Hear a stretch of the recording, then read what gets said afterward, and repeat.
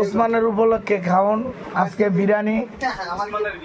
মিন্টু ভাই এই জাঙ্গ বড় ভাই আয়োজন করতেছে, সব বাইরে দিতেছে। আর এই যে ওসমান, এই যে শরীফ কাটিং দিয়ে আয়া পড়ছে, এই জাঙ্গ রাজীব ভাই।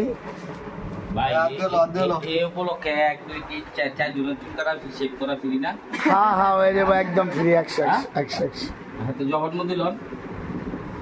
না দিব ভাই বেড়া দাঁড়িয়ে কই যাবো না। ইনশাআল্লাহ আমার দিক থাকে না তো ইনশাআল্লাহ ভাই ট্রিট দিব ভাই, বুঝছেন? জন্মদিনে ট্রিট দিব তো ভাই। কবে কবে জিগান বাইরে আপনি জিগান ভাই কবে দিয়া লাই কাল পরশু এলাকা আপাতত বাড়ি এগুলো দেখে মাংস বানানো যায়। উসমান কি উপলক্ষে এটা বলি না বললাম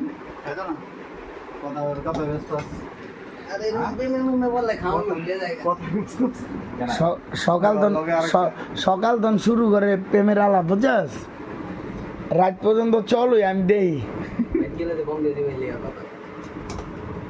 উসমান কি উপলক্ষে বে কই কি উপলক্ষে কম তো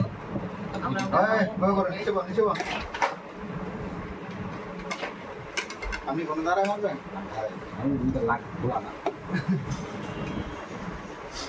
অনেক চোর লাগবে